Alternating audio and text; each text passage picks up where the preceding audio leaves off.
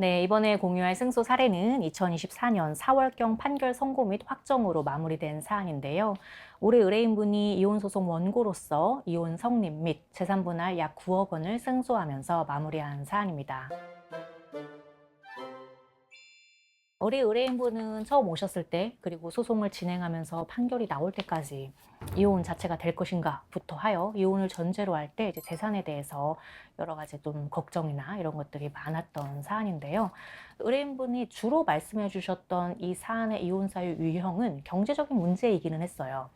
상대방이 폭력적인 모습을 보이거나 이런 것은 이제 있었던 것 같은데, 그런 것이 어떤 그게 있었던 일시라든지 뭐 상황, 자료상 아주 한두 가지 자료만으로 부각하기에는 좀 충분치는 않았고, 결국에 눈으로 드러나는 것이 경제적인 독단이었다, 이렇게 이제 말씀을 해주셨는데, 그게 이제 전반을 볼 때 이제 피고는 이 부부 사이에 있어서 본인이 무조건 옳고 본인의 말을 원고가 들어야 하며, 원고가 그것을 지키지 않는다는 건 있을 수 없는 일이다. 그럴 경우에 뭐 어떻게든 원고를 괴롭히거나 본인의 뜻을 관철시키는 이제 그런 결혼 생활을 해 오셨던 것으로 보여요. 그래서 그게 결론적으로는 어떤 폭력적인 행동이라든지 폭언 욕설이라든지 이런 것으로 드러날 수 있었겠는데, 의뢰인이 이제 보기에 상대방이 특히 경제적인 문제에 민감하면서 그것과 결부해서 이런 모습을 많이 보였다, 이렇게 기억을 하고 있으셨죠.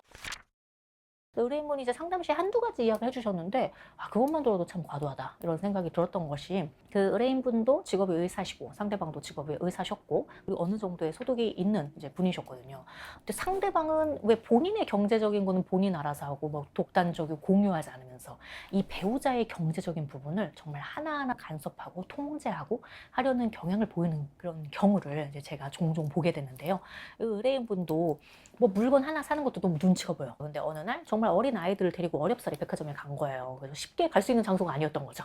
어린 아이들이 집에 일하느라 바쁘지, 육아하느라 바쁘지. 근데 마침 세일하는 어떤 옷이 마음에 들어서 한 10만 원 정도 내외로 구입을 하였더니, 그때 당시 피고가 상대방이 좀 더 둘러보지 그래, 뭐 이렇게 한마디 했나 봐요. 근데 이거 또 애들 데리고 둘러보기도 못하고 그냥 가격도 적당하고 내가 사고 싶었던 옷이고 괜찮다 싶어서 이제 결제를 하였던 거죠. 근데 그걸 가지고 너 왜 내가 둘러보라는데 둘러보지 않았냐 부터 시작해서 마구마구 뭐라고 해서, 우리 의뢰인분 입장에서는 그럼 어떻게 해야 되겠어요? 정말 뭐 분란을 안 일으키기 위해 그래 미안하다 뭐 가서 환불하고 바로 바꿔야 될지. 근데 순간 이건 아니다, 나 여기에서 그렇게는 생각 못한다 라고 해서 그거에 대해 즉시 동의하지 않았더니, 결국에는 이제 폭행까지 하면서 뭐 뺨을 때리고 이런 이야기가 여러 가지가 있다고 하시는 거예요. 또 한 가지는 의뢰인분이 좀 시간이 생겨서 운동을 해야겠다, 그래서 주 1회 저기 뭐 문화센터에 그 운동을 등록하고 왔더니, 그걸 가지고 또 막 화를 내면서 너는 왜 나랑 상의도 없이 운동을 등록하고 그걸 결제를 했냐라고 하는 거죠. 그래서 전반적인 생활 통제, 그 생활에 따른 어떤 경제적인 통제, 이런 게 너무 심각하니까 의뢰인분이 얼마나 숨이 막히시겠어요. 그래서 이게 참 어린 나이에 결혼을 하셔가지고 이 정도 혼인기간을 유지하신 것도 참 대단하다. 몸과 마음이 좀 아플 지경이실 것 같다. 저는 뭐 이런 생각이 이제 들었던 사안이에요. 저희가 이혼 청구를 이제 하였습니다.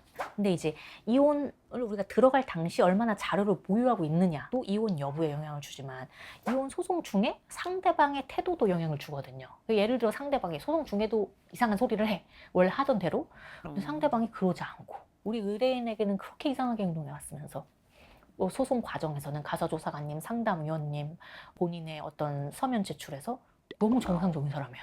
그쵸? 약간 이중인격처럼. 게다가 의뢰인분이 경제적으로 내가 힘들었다고 하니까 뭐 갑자기 뭐 소송 중에 4억 5천만 원을 보내. 경제적으로 또 노력해.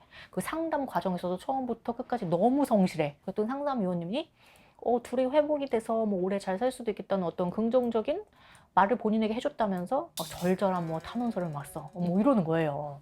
그래서 이혼 여부가 끝까지 쟁점이었죠.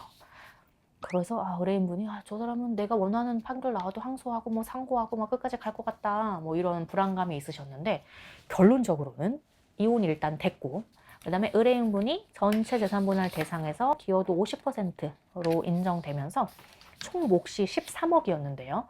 거기에서 이미 원고 명의로 보유하고 있는 거 빼고 나머지 9억을 받아야 되는데, 피고가 재산분할 선급한 4억 5천을 빼고 나머지 4억 5천을 받는 이제 재산분할 내용, 그리고 우리 의뢰인이 아직 이제 성년에 이르지 않은 자녀의 친권자 및 양육자, 양육비를 인정받게 되고요. 이것이 그대로 확정됩니다. 그래서 피고 또한 이거를 받아들였다는 거죠. 이대로 우리 의뢰인분이 다행히도 그간의 숨막히는 이혼 생활에서 벗어나서 조금 더 편안한 상황에 놓이시게 된 것 같아서 다행스럽게 생각을 하고요. 앞으로도 몸 건강, 마음 건강하게 잘 지내시기를 이제 바라고 응원하고 있겠습니다.